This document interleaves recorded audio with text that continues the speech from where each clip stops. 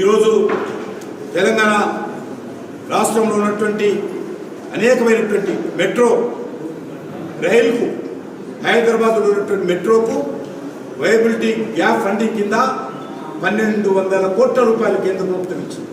ఇయలే కాదు, అదే కాకుండా ఈరోజు రాష్ట్రంలో ఎక్కడా లేని విధంగా ఫ్లోటింగ్ సోలార్ ప్రాజెక్ట్ 100 మెగావాట్ల అతిపెద్ద నీటిలో తేలియాడేటువంటి సోలార్ ప్రాజెక్టు తెలంగాణకు తీసుకురావడం జరిగింది.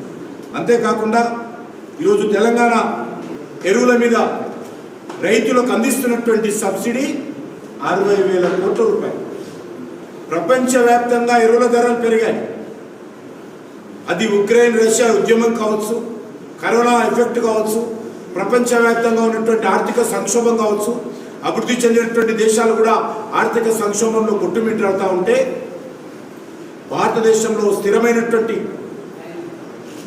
ఆర్థిక పరిస్థితిని ముందుకు తీసుకెళ్తూ ప్రపంచవ్యాప్తంగా మనము ఎక్కువ యూరియా ఇంపోర్ట్ చేసుకుంటున్నప్పటికీ, డిఏపి ఇంపోర్ట్ చేసుకున్నప్పటికీ కూడా ₹1 కూడా పెరగకుండా 10 సంవత్సరాలుగా ఈరోజు లక్షలాది రూపాయలతో ఎరువుల సబ్సిడీ ఇచ్చి ఈరోజు రైతాంగాన్ని కాదుకుంటున్నటువంటి ప్రభుత్వము నరేంద్ర మోడీ గారి ప్రభుత్వం.